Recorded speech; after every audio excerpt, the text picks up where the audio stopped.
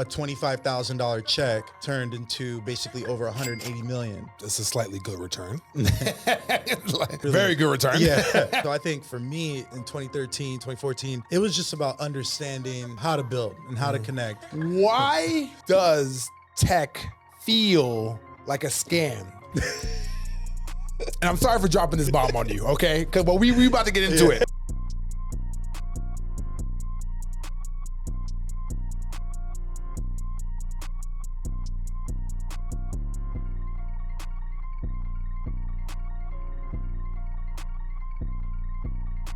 Welcome everybody to another edition of Convos with Bishop. My name is Bishop. As always, I always say it's a great day to have a great day.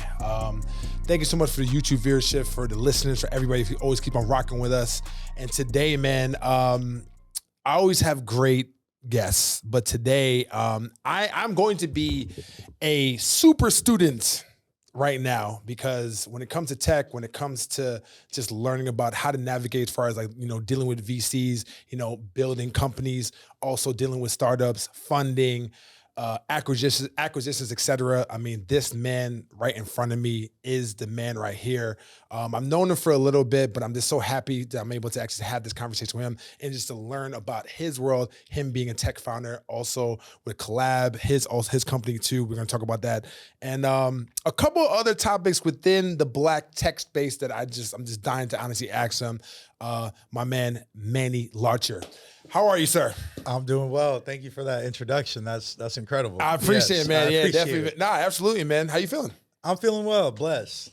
Can't complain. Thank you. Good, man. Good. So I'm good, man. I'm good. So as I always do with Convos with Bishop, obviously, we're going to get to a lot as far as your businesses, like your impact within tech, not even just Black tech, but just tech in general. Yeah. But I always like to start with the beginnings as far as where you came from, your hero story. The audience would really like to, listen to it. I know you're from Ohio, but I would really like to hear the steps on how you actually got here to Miami and also, California, and how you started your tech, career. So the floor is yours, bro. Yeah, no, I appreciate you. So like you said, I was born in Columbus, Ohio, but I'll give a little backstory. So my dad was a musician, and he was actually in a reggae band called Identity, and they were signed to the same label that the Wailers, Bob Marley and the Wailers, they were signed to the same label. So basically, I'm the youngest of three.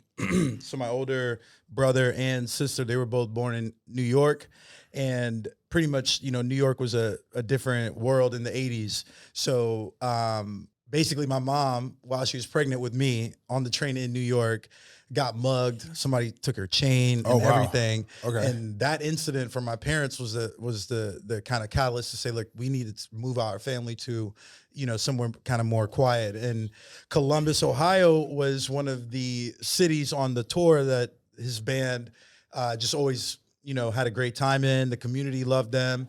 So that's pretty much how I ended up being born in Columbus, Ohio. And when I was 5, my parents, unfortunately, the band broke up when I was 5. Oh, wow. Okay. Yeah. And at that time, my parents wanted, my sister and I, my older brother, that was with someone else before I got with my mom. I got you. You know how it is. Yeah, we know how it is, bro. It happens. It is what it is. Yeah. So my older brother stayed in New York, and my sister and I lived in Columbus, and from 5 to 11, my age, we lived in St. Lucia. And that was really, that really molded me.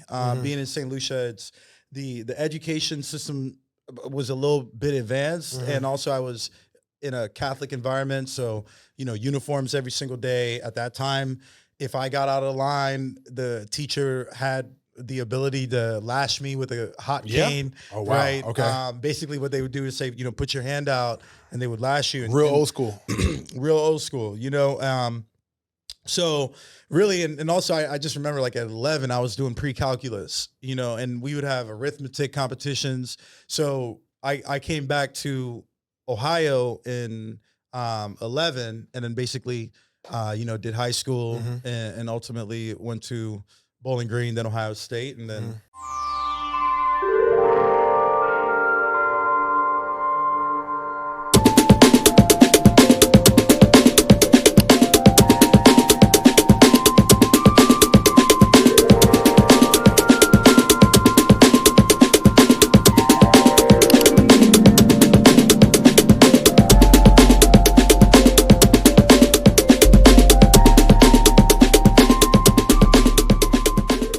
kind of dropped out. So Yeah. wait, where did you drop out? I dropped out junior year. Okay, wait, in Ohio State? Yeah. Okay, how come? Yeah, it was. I can relate to. I'm a college dropout too. Yeah. So yeah. Yeah, I mean, I just remember the exact moment. I remember there was just a moment where so much was happening in terms of tech. You see the world's just blowing up. Looking at my own city that I was in, Columbus, at the time, it's blowing up.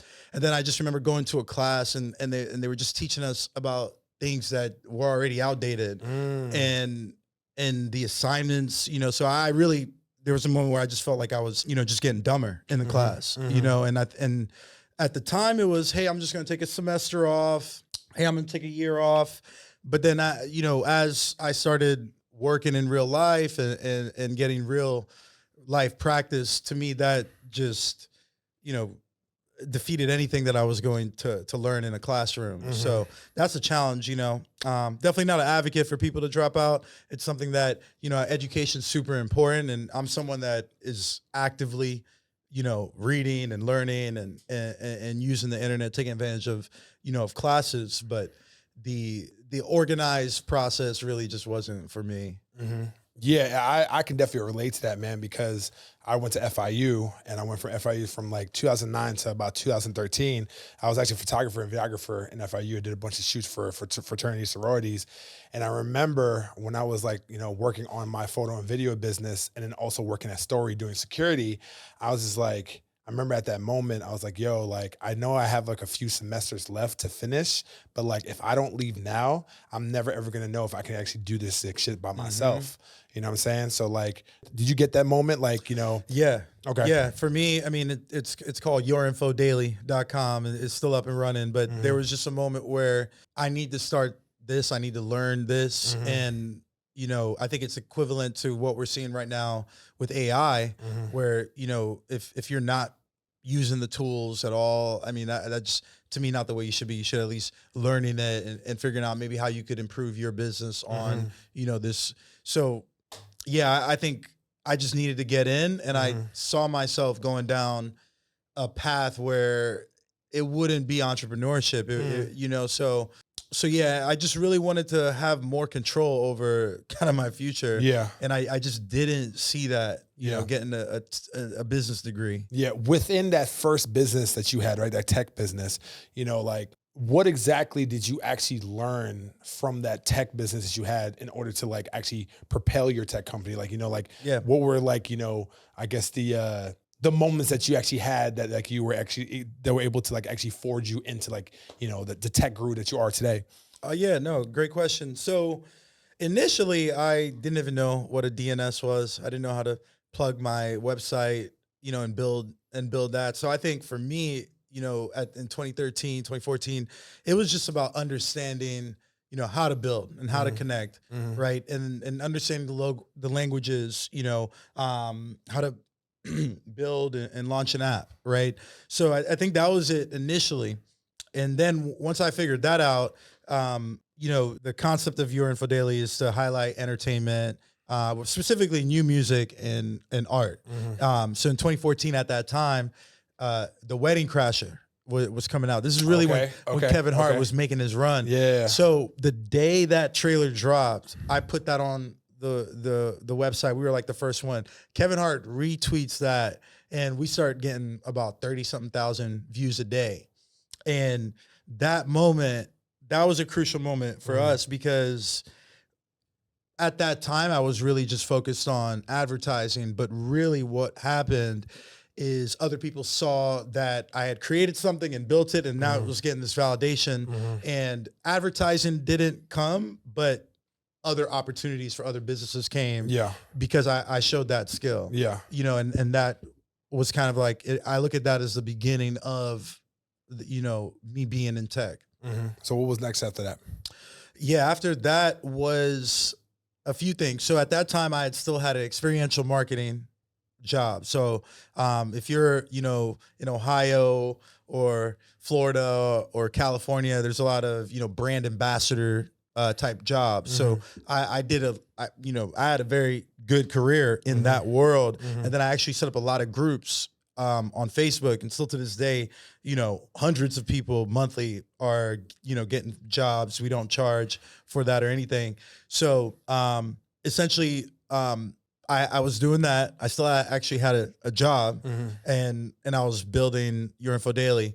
But pretty much after the Kevin Hart incident, I would say the local startup community. I think it was a combination of me starting to pay attention to the local community at that time in Columbus, but I think I was also able to kind of get opportunities, and that pretty much culminated me meeting a guy, Ryan McManus, and he at the time was putting together a startup, and it was a telehealth startup in 2015. Okay. So in 2015, we raised about 500,000 between. It was a team of 5 of us from Cardinal Health, big pharmaceutical company, and one of the executives on Ardina, which is a company, came from Cardinal Health. Okay. And then so they invested 250,000, and then Revelin Ventures, the local VC firm in Columbus, they invested 250,000. Dope. So that was it was a good 2-year run. We were actually strategically acquired 2 years later back to Cardinal Health. And that was a great just journey to go through the process. Again, before that process, I didn't really understand what a convertible note was, a safe was. I didn't really understand equity breakdown. So that process, I got a firsthand, of that. And then after that, I didn't really necessarily want to get into another startup. And before you actually get into this, because that's actually really good. But like because we were talking about like how much money you actually raise, but like you were at a time where like you were building a company and you were also working like a 9-to-5 as well, right? Like you had okay, let's talk about that real quick, because I have a stance where I don't think you can actually be an entrepreneur if you also have a job as well too. Like in my personal opinion, you can't be half pregnant. It's either that, no, for real. Like it's either like you're pregnant, you have the baby, and that's it. Like you can't be in and out, if that makes sense. You can't have 1 foot in or 1 foot out. So talk about those moments that you were doing the 9-to-5 and you also wanted to like really like, take care of that baby and also work on that. But then like you have to have that energy for both. Like, what was that experience like? Oh, it was like an internal battle every day, between what you want to do and what you have to do to keep the lights on. So in my situation, and this is all around the Kevin Hart retweet, when I got that retweet, really the advertising contracts that I thought would come didn't come. So I actually went to the job that I was at. Okay. And the owner and it was a sales job. I was kind of one of the top guys it was essentially financial consulting, unsecured debt. So it was very helpful. Learned a lot about that. But I went back to the job. Believe it or not, me and that owner, we were close enough. At least I thought we were, where I was like, hey, look, I have this website. It's getting a lot of hits. I actually think I could, bring more value to you if you were an investor in my company. His response was, look, if you're not at this desk at 9 a.m. tomorrow and the next day, I'm going to fire you. You're done. Yeah. Right. And literally said, don't forget what pays your bills, so at that, during that kind of spicy, like, and then so really it was a battle, a constant battle of making sure managing finances, and living within your means. But at the same time, I was able to really learn how to do less with more. And I think I always tell people, no one could read your mind.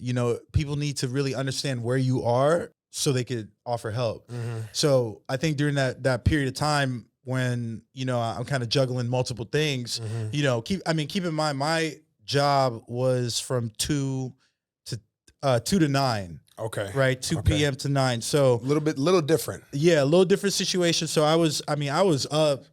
I was living with, it was an entrepreneur house, it was like 3 of us. The main guy, he was up at 4 a.m. every morning. So, I was up at 6 and it was just full long days, So, I think, and then again, really understanding the customers, I think Your Info Daily never worked because we didn't have the right systems in place. We weren't having the right conversations. So, I think it's a challenge, but you know, you never, depending on how, you know, what responsibilities you have, it's always good to use those other hours in the day. You know, I think 40 hours a week is like 23% of the week. Yeah, it is. In the grand, 168 hours. So yeah, just about. Yeah. So, you know, I think, you know, you still have other time.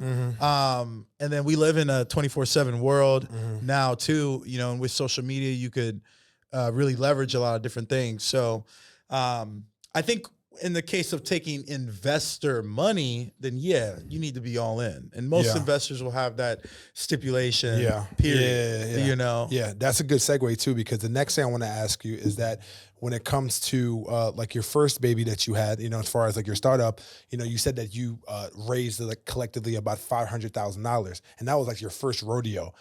Let's talk about, because I don't think people, they don't really, in tech, I feel like a lot of people are gatekeepers as far as like just not really giving the information on like how to actually have the conversations with these people who have a shit ton of money that you actually want. So talk to me about that process that you had with your first startup, that you learned everything to actually get into your next business. So like, as far as like the conversation with the investors, the no's, you know, pushing through as far as like objections, and then like, you know, all this, like the little things you actually have to go through to be able to like, you know, to work on that, you know, conversational muscle, if that makes sense. Yeah, definitely. You know, I think team is important. You know, I think during that process, I had enough humility to know that I've never done this before.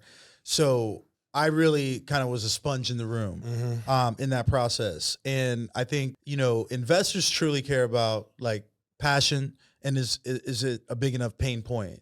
So, and if you have a team coming together to solve this problem, then I think you need to know what everyone's skill set is in place. Okay. Coincidentally, during that time, we had a Harvard grad on our team. So we really kind of utilized him to have some of these conversations. And if anything, you know, maybe I would set up the meeting and have him really take the meeting and sit, you know, sit in the meeting.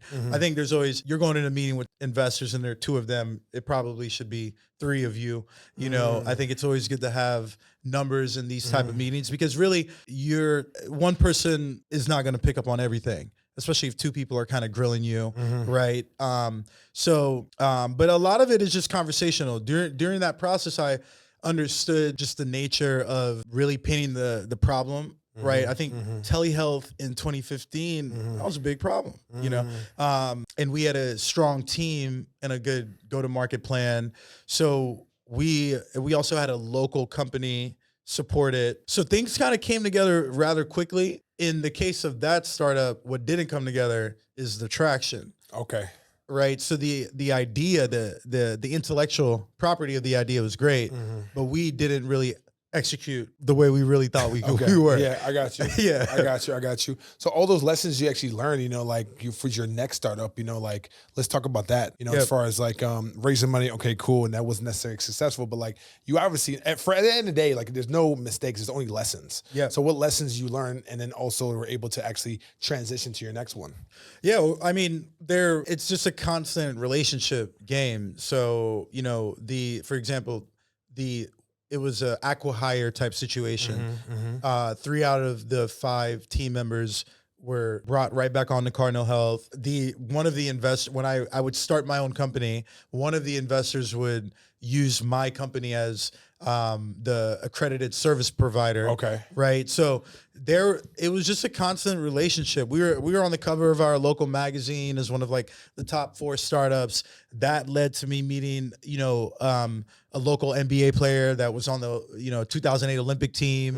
So really, obviously, I wish the company turned into a unicorn and I never had to work again. But I think during that process, I really got to understand really how hard it is to really just build a company, understand your customers, understand the sales cycle too, you know, depending on who you're talking to, enterprises, right? So I looked at it as really just a learning curve. And I think from an execution is really what I gathered, you know, leaving there. It was more execution. So it's actually pretty peculiar, I should say, because when it comes to tech, you know, I don't really know too much about it. You know what I'm saying? And I do have like a lot of like VC clients within my concierge or whatever that I know a little bit of it. But like the first time that I've actually learned about tech and I actually like knew about that world, everything just felt like a scam. And I'm sorry for dropping this bomb on you, okay? Because we about to get into it, okay? Why does tech feel like a scam? Where it comes to the point of, hey man, I got this idea and I want a few $1 million out of you and I want you to give me my money, but I'm gonna make sure I'm gonna deliver. But then like half the time they don't. I've heard like, I don't know if it's a stat or whatever. I heard like 85% of startups don't even like get off the ground. Yeah. Is that correct? Well, yeah, 90% of startups 90% fail. Yeah.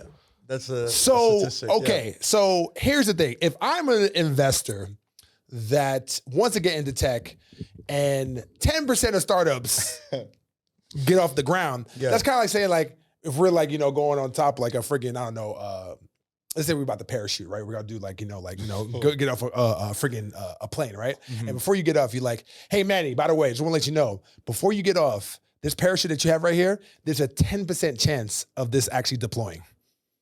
Would you do it? Yeah, that's okay. So with that being said, is like, what's up with this tech community right now and this tech like world? Like, not to like bash anybody, whatever, but I really want to know about this because like, why does tech feel like a scam these days? Yeah, well, I think we need to kind of do a couple steps back, Let's right? do it. Because in the case of venture capital and tech, right? If you let's just start at Napster. Okay. Right? So, and that's that's less than 25, 30 years ago, Napster. It's not too long. Right? So you could, like, let's just say I say Napster's the start of all this, right? So then it's up to you whether or not you tell me music is not, music is an easy industry, right? So you saw what Napster did. Yeah. That led to Spotify. Spotify has agreements with every single music label, right? There was a level of organization, right? Spotify's founders is they're based in Europe, right? But I think it's problem solving, right? I think the challenge today is that we're not focused on building something and solving a real problem.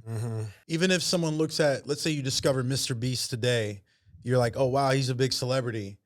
You might not know that he was putting videos on the internet for the last 12 years. That got no traction. Yeah. Yeah. Right. So, and then now you're looking at him as a celebrity, but I can make the argument that Mr. Beast has the most foundation built out of any influencer, period. Right. Good luck with anyone surpassing his following on YouTube. I don't know. He has like 200 million followers, I think. Yeah.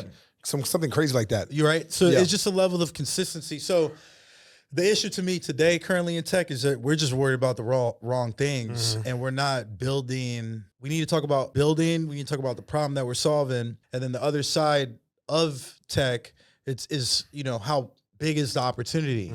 If we're selling, t-shirts, if we're selling jewelry, right, then there's still a cap on that opportunity. So if you're looking at venture capital, for example, like I'll bring up Jason Calacanis, This Week in Startups. Shout out to J Cal. I was at the All In dinner. I don't know if you remember me, but J Cal has been putting out his podcast for over 10 years. I think he's over past 2,000 episodes. Wow. I didn't know much about venture capital, but I was just on YouTube and that was the podcast that I saw. He also wrote a book called Angel. And basically, if you start listening to J Cal, and most people know this, but he is famously known because he was the second or third investor in the Uber. And anyone could kind of look this up, but I'm pretty sure a $25,000 check turned into basically over 180 million. So it's a slightly good return. I think that's really very good return. Yeah. Yeah. So a return like that, and let's say it was even 250,000, right? That turned into 180 million. Any return like that is what venture justifies, and really is what venture is really about. And then and if you are lucky enough to get a return like that, it actually justifies the 9 out of 10 failing. Yeah, no, definitely. And I think that with startups, and just tech founders, from your expertise, when do you know, and this is probably a stupid question, but like, when do you know to take your ball and go home when it comes to like building a company? Like, are there tea leaves or are there like writings on the wall? Be like, yo, Bishop, this ain't gonna work. You know what I'm saying? Yeah. Like, because yes, like Uber is great. Like they're a multi-billion-dollar company, but obviously 90% of the companies are not Uber. So with that being said, is like when you're trying to get like blood out of a friggin' stone and trying to make something happen. I know this is probably something that happens with startups and founders all the time. It's like, when do you have to like go home and just start all over again? From your expertise, like what are your thoughts on that?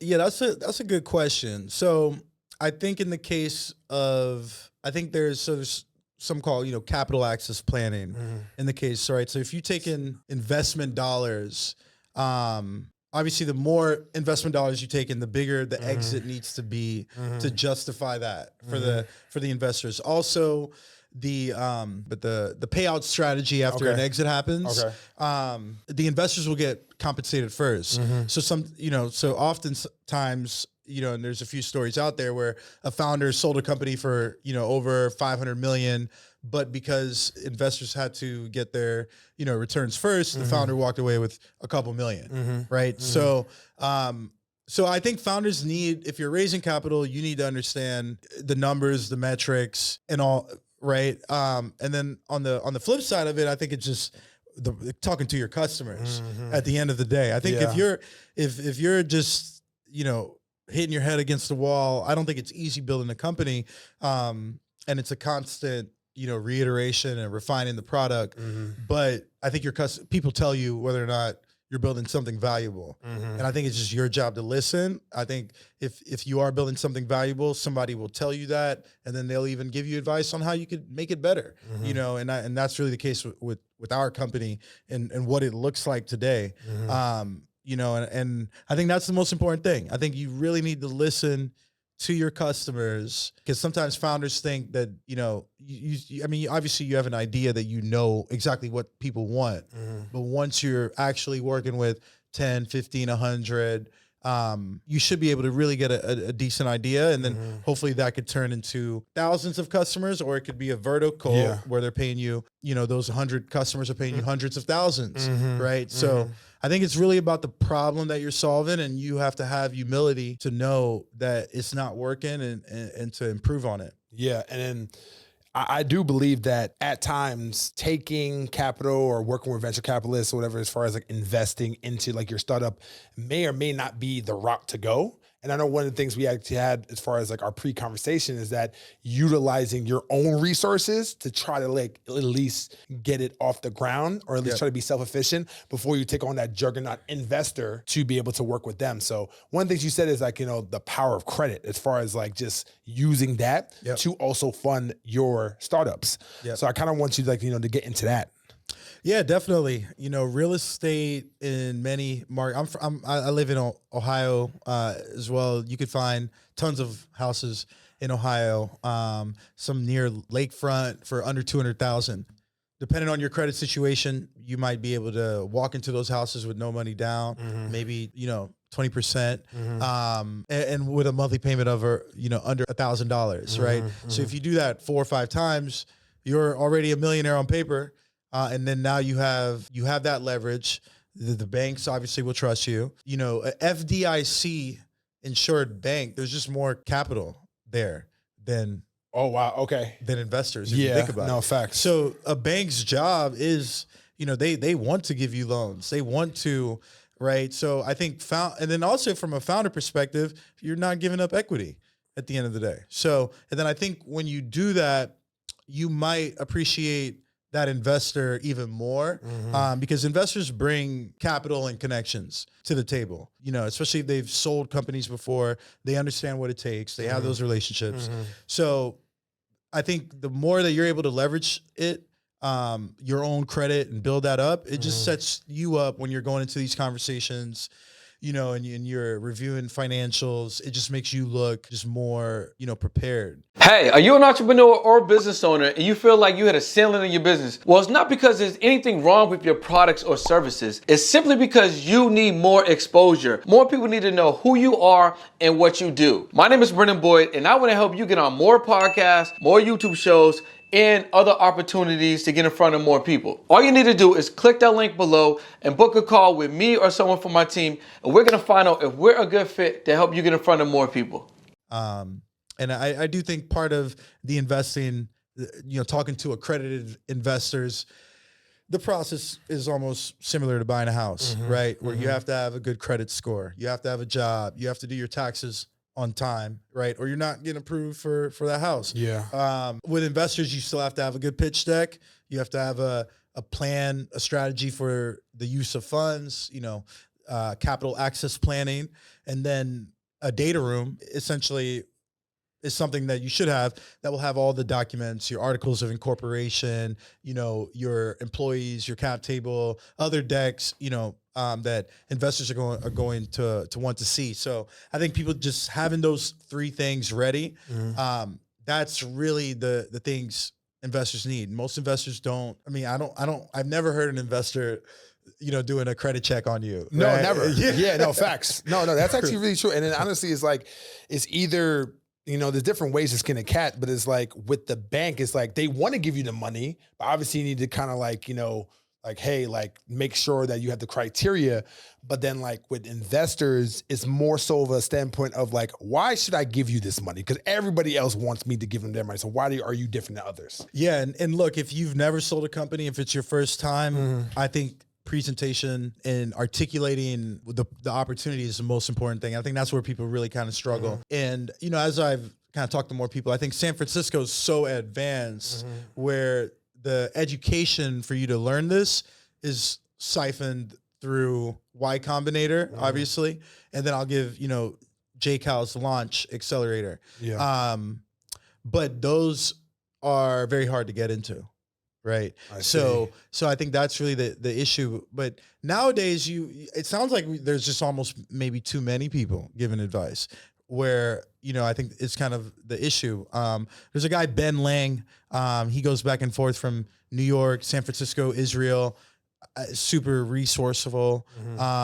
So I just try to focus on the founders that have been doing it, that share that help, and the investors. Again, investors, they're capital allocators. Their job is to find a company, hopefully before anyone else did, and help that company grow. I mean, that's our job. So technically right now there's probably more investors ever in America ever. There's more funds available, there's more capital available. So I think founders need to just focus on, I'll say, the boring things, especially if it's your first time, right? If someone could Google you and they know that you sold a company for 20, 50 million, it's a different conversation, right? Okay. But if it's your first time, then, then I might want to see, your deck and your data room. And I want to have a conversation about that and really, think about it. It's not a one call close situation. The bank can be. Yeah. So that's why, if you have your credit and you want to take the loan, right? Yeah. I mean, SBA loans, all that, but again, a bank is not incentivized to help connect you to customers and things like that. So, and a bank doesn't have equity of your company too. So yeah, there's nothing like someone investing and then wanting you to take this thing to the finish line. Yeah, true. And I think that's really what it is. It's a partnership. Yeah. Can you talk to me about what is the not pain points, but the opposite, as far as like, what are the criteria and also like the green flags of a investor or a person who wants to exit or to buy out a company, like for instance, like my concierge company, right? Like I have a very, very extensive network. Like I probably have like within my clientele and also my network, I have probably about almost $2 to maybe $3 trillion worth of like money as far as like people who I've served, Yeah. Now, one of the people is like, has access to $2.1 trillion of that, but it's a little bit of a cheat code. Yeah. But what I'm saying is that my company is not necessarily tech, but the value, and I feel like the pricelessness is like the contacts. Yeah. Is that enough for me to actually put myself in position to sell my company or no? That's a great question. I think what you need to do is probably dig a little bit deeper. Okay. For example, in your audience, what are the needs of the audience, right? Are you able to connect this, investor to a real estate purchase, or connect the founder to capital, or connect someone to customers, right? I think, and you being able to tell that story of who you're interacting with, how you're helping them, how they rely and trust on you, then you have something, so I think it's productizing your service. Okay. Is how I would look at it. Do I have to add like an app, or do I have to add tech to my company to put in a position to exit? Because to be transparent, like I want to exit. I want to, in 6 years, I want to sell my company. Okay.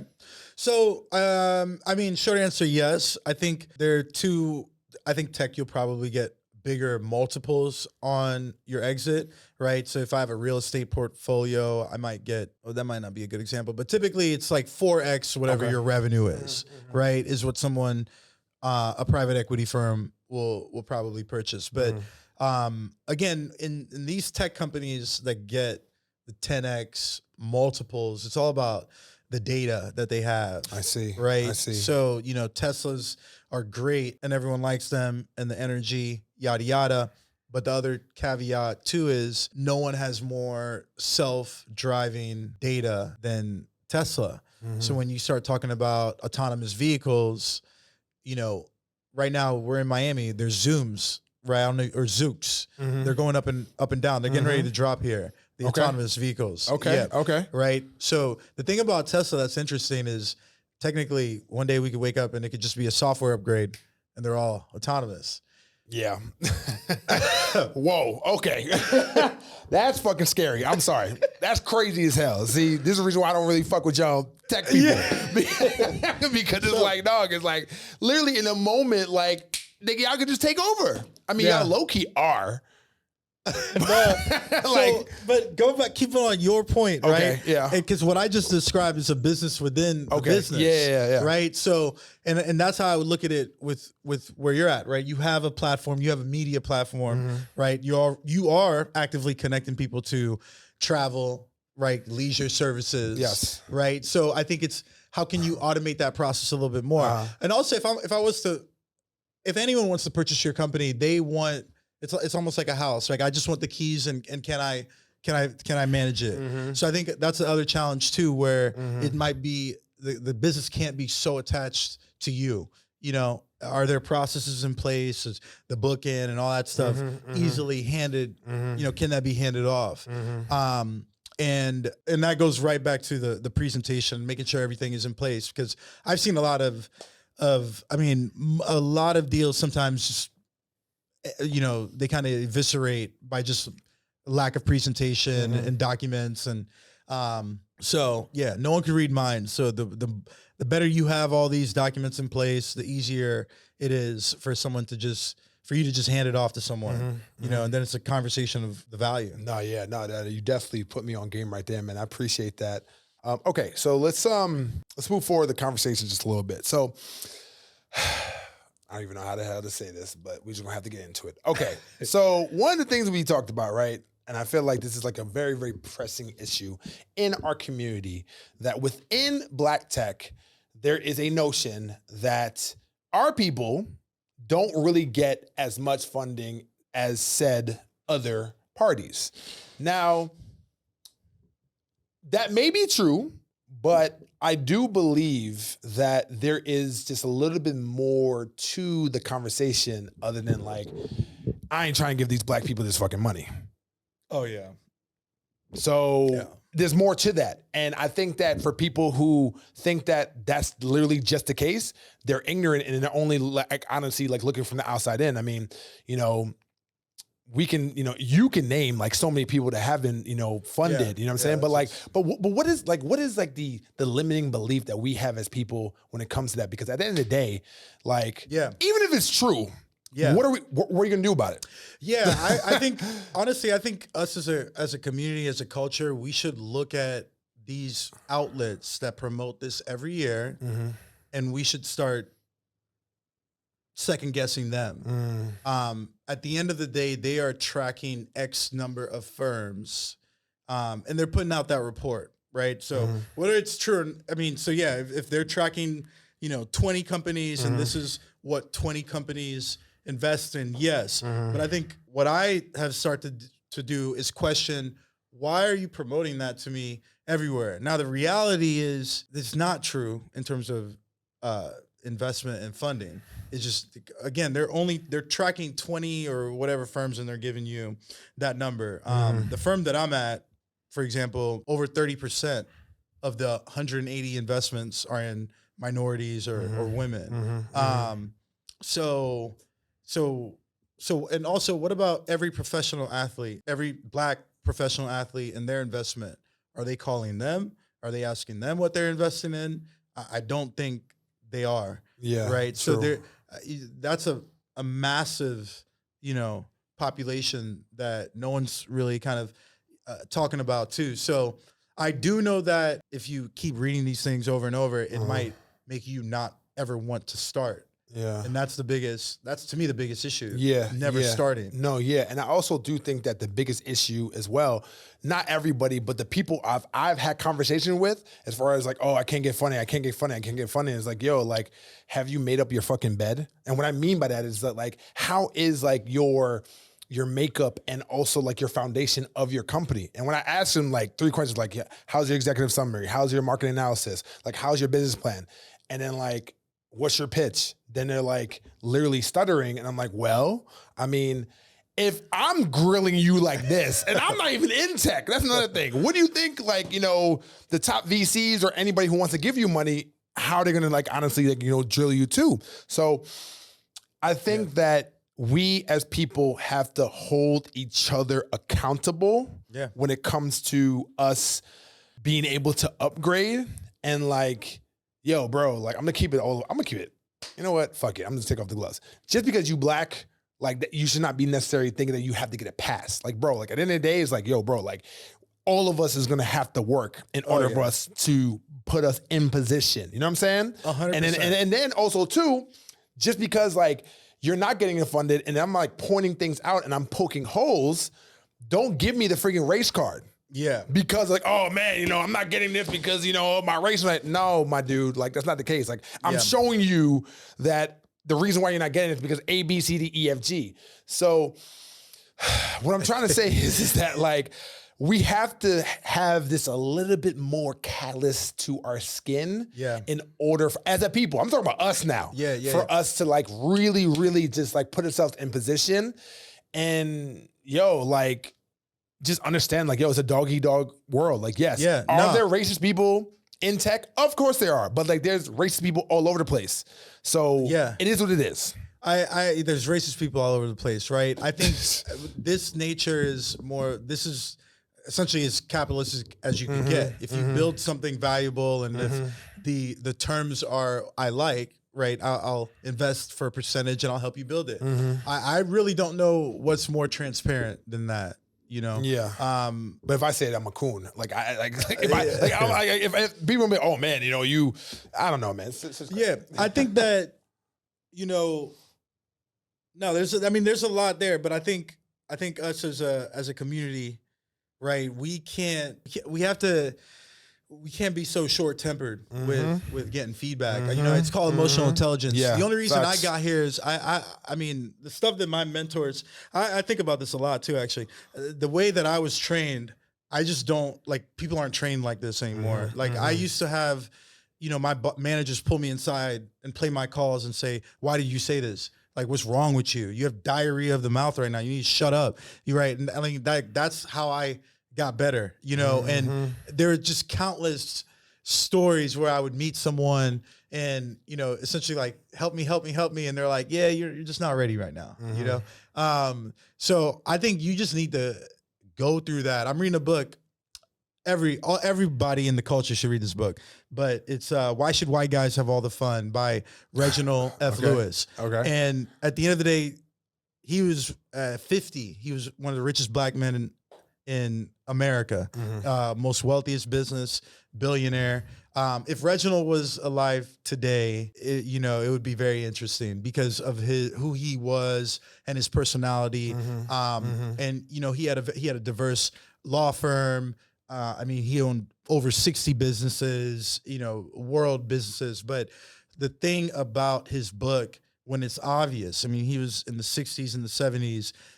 He recounts business deals that didn't go through, and he never said it was because of race. And when come on, it was probably because of it, right? Yeah. He never said that in the book. It was like I wasn't ready. I didn't prepare well enough.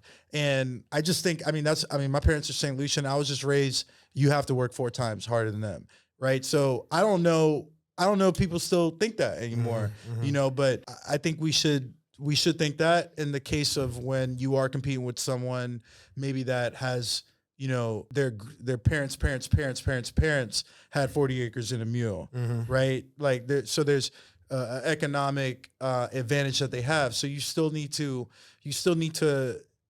know what certain terminology is. You should know what a capital access plan. You should be able to talk about your marketing plan. I had one of the best conversations today with an investor and a founder talking about their plan.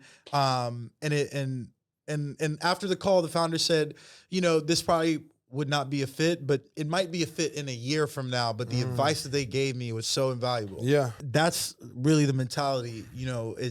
It's a constant learning. And you having that mindset to actually internalize that and to be able to actually like build upon yourself to see how you can move forward. Like, I feel like a lot of these people don't have that mindset, if that makes sense. And also too, sometimes the founder ain't supposed to be doing the damn conversations. Yeah. Like, you know what I'm saying? Yeah. Like, bro, like utilize and also develop a team that you can really hone in on your strengths as a founder, and then also just fend off and also delegate your weaknesses to other people. Like, you know what I'm saying? Yeah. Like, I'll give you an example. Me, I can talk to anybody. I do have a gift of gab. Like, you know what I'm saying? I do have a vernacular. Like, people gravitate towards me. I'm able to build relationships. Like, you know how I am. Yeah. When it comes to like the technical, like numbers and percentages and all that shit and all that technical whatever, ain't me. But I know where I'm at, if that makes sense. Yeah. Yeah. I think that a lot of tech people, honestly, a lot of them are fucking emotional. Yeah, well, I'm a Scorpio, so like, you know what I'm saying? Everybody tells me. Yeah, and you know that, someone who not be named or whatever is also, I don't know, obviously anybody can Well, be emotional. I think it's a lot of people have like a certain ego, right? So they're going to say, this is what I've done, right? And even in my case, whatever, situation where you almost have to kind of kiss the ring a little bit more.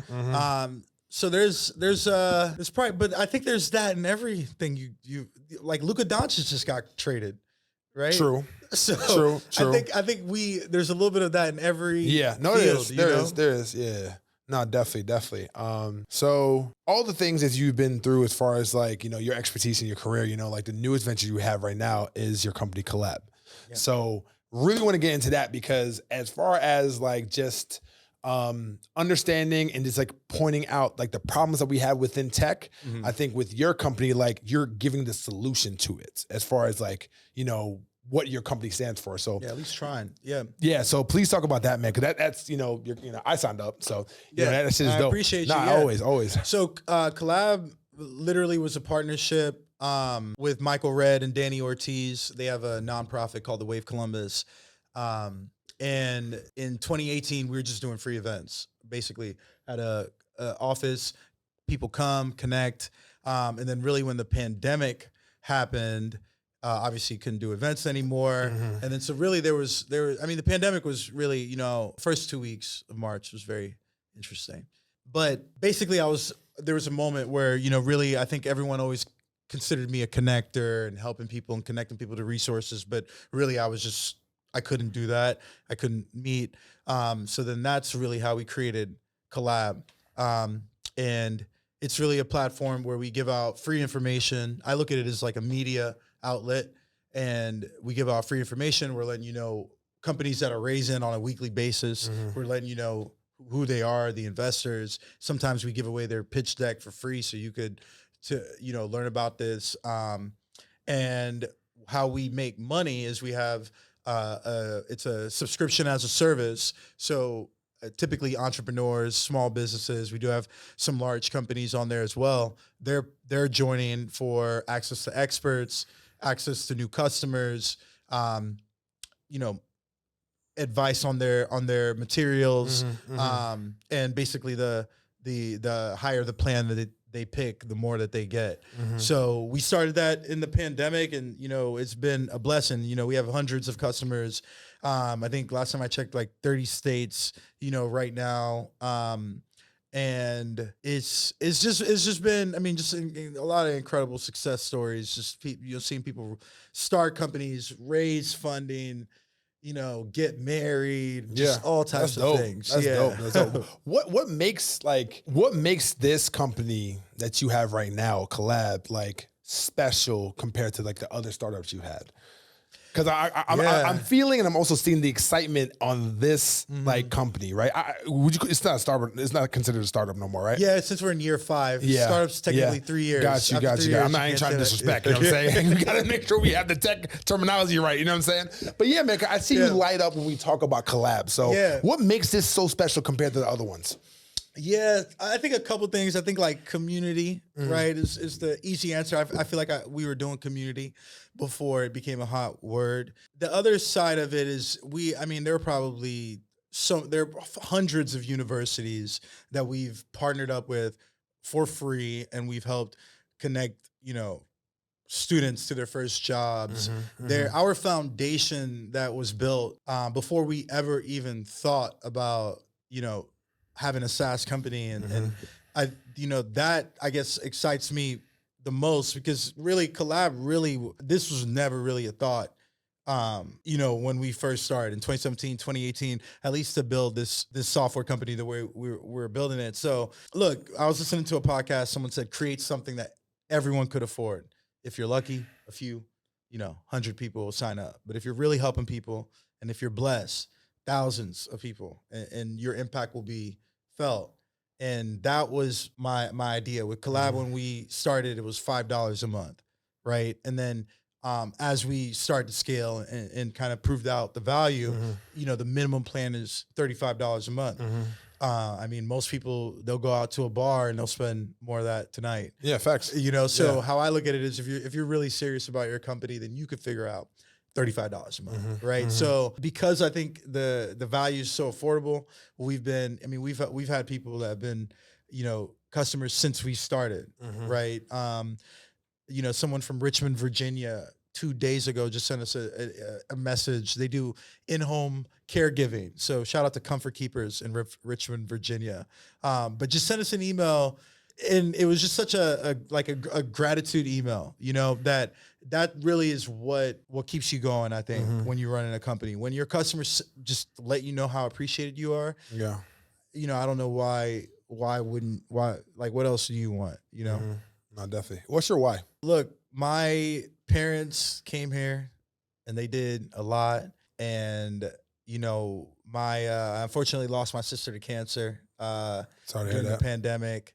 Rhabdomyosarcoma, a rare form of cancer, out of nowhere. And that was, in 2021, that was a tough battle, obviously. And really every day is a tough. So, I think my why definitely is my family. I know how much my parents had to sacrifice for me to come here, and so just taking care of them, and paying it forward, however I could add value to St. Lucia.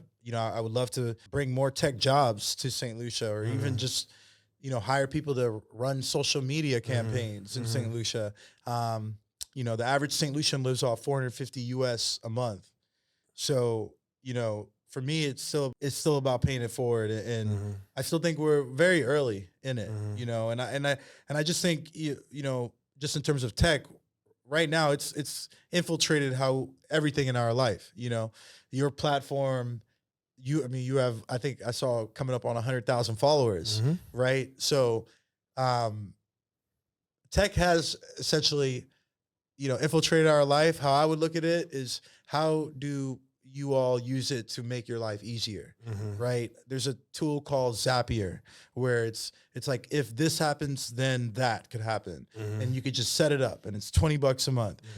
I can't tell you the amount of things that I have automated by just Zapier, right? There's a ManyChat, which a lot of people use on Instagram, right? Which is another great one. So that's how I would look at tech. I wouldn't overcomplicate it. I'm not saying you need to buy a server farm and turn your basement into, put servers in your basement. Like, I think that's like the extreme. Probably not, that's pretty smart to do too. Save some money on AWS expenses, but it's just, how can you use technology to make your life easier, make your customers' life easier? That's really the basis. And financially, it should reduce the cost at the end of the day. Right? The cost of building anything has gone down like 10x, right? That's just the reality. So it should put you in a position as a founder where you are able to build something that's valuable to your customers, and then you're also not financially strapped on a monthly basis. So then that way you could keep building. So If you would actually look back to like a younger Manny, right? Looking back, like, what would you say to him? I'll tell him to be patient and keep reading. I think, I think sometimes, it's unfortunate, but sometimes you could say yes to a couple things, maybe because you thought you needed the money, because you wanted to move out quick, but sometimes some of these decisions put you down a 2-year rabbit hole, and then you end up where you probably should have been, right? So I just think patience and just keep learning, right? I think sometimes when you're younger, obviously you want the world, by 25, but I think it's just, staying patient and keep learning skills. I think I was maybe intimidated to figure out, how to build a website, or intimidated to even talk to an owner of a company. Right. Cause so I think that a lot of it in the beginning, there was just, and I hate this word, but it was like imposter syndrome, where I feel like I was almost, a younger me was drowning in imposter syndrome. I don't know why that is, but that's just unfortunately how it felt,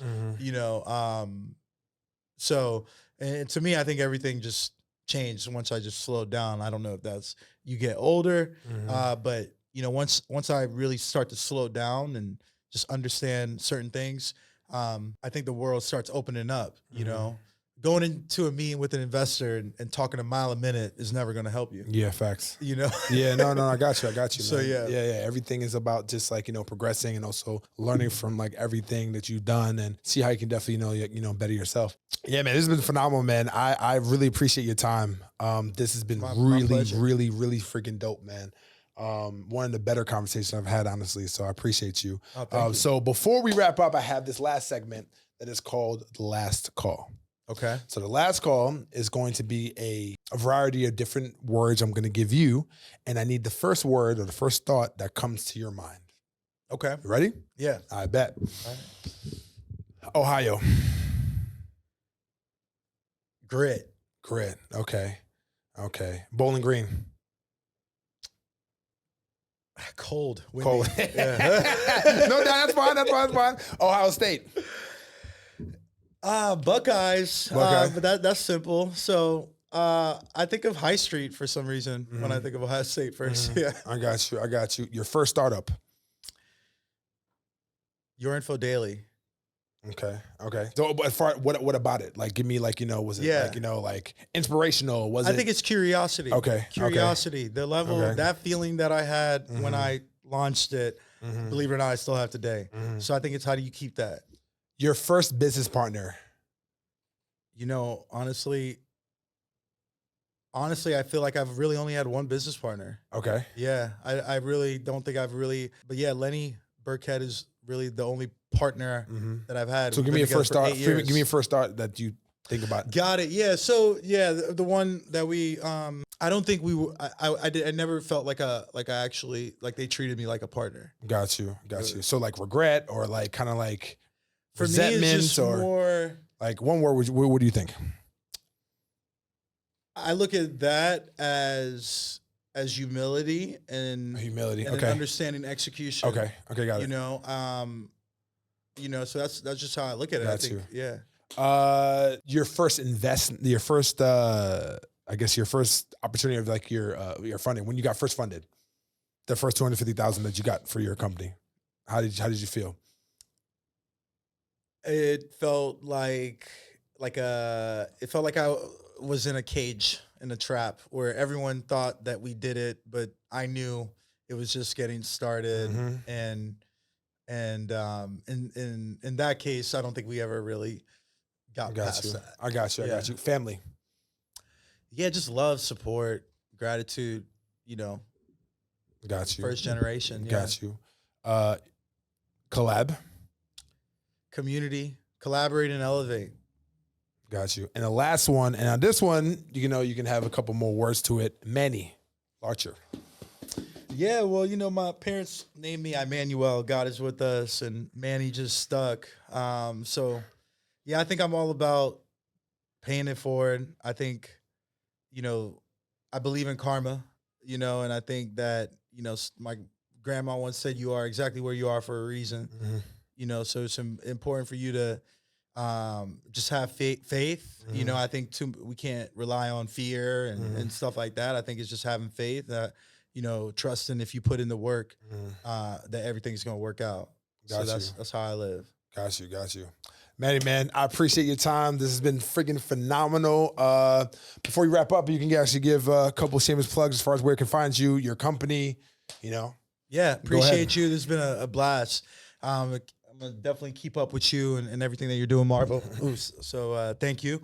Yeah, you can find me at Manny Larcher. I'm on LinkedIn. I'm on Instagram. And that's about it. Pretty much that's about it. I'm not on X or anything like that. But if you follow Collab, we have a small team, and we're all we're pretty open and pretty creative, and we're really looking for partnerships, and we partner up with a lot of people. So connect with me. I'm pretty accessible. Oh, man, I appreciate you, man. Thank you. Yes, sir, man. Definitely. Only the best.